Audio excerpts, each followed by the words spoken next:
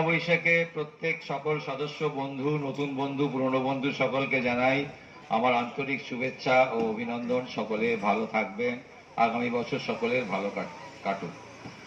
2026 আমার কাছে বিশেষভাবে চিহ্নিত এই কারণে যে আজ থেকে 100 বছর আগে 1926 সালে আমাদের বিখ্যাত কবি সুকান্ত ভট্টাচার্যের আবির্ভাব হয়েছিল এই পৃথিবীতে।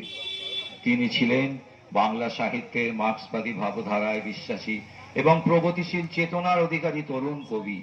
মাত্র 21 বছর বয়সে প্রতিভাধর কবির দেহাবসান ঘটলেও সামান্য কয়েক বছরে অত্যাশ্চর্য কবিত্ব শক্তির পরিচয় দিয়ে অশেষ খ্যাতি অর্জন করেছিলেন তিনি।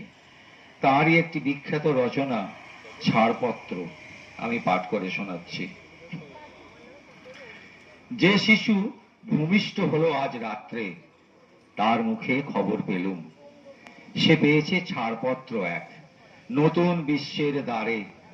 তাই ব্যক্ত করে অধিকার জন্মমাত্র সুতীব্র চিৎকারে।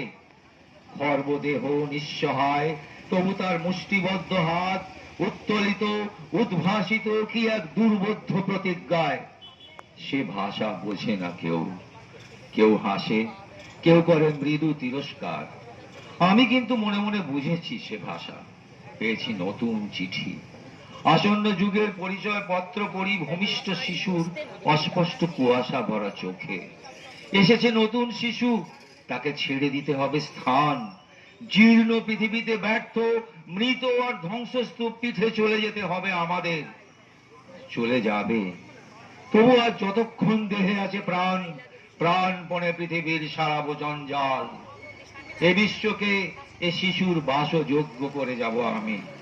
নবজাতকের কাছে এ আমার দৃঢ় অঙ্গীকার। অবশেষে সব কাজ সেরে আমার দেহের রক্তে নতুন শিশুকে করে যাব আশীর্বাদ। তারপর হব ইতিহাস। নমস্কার।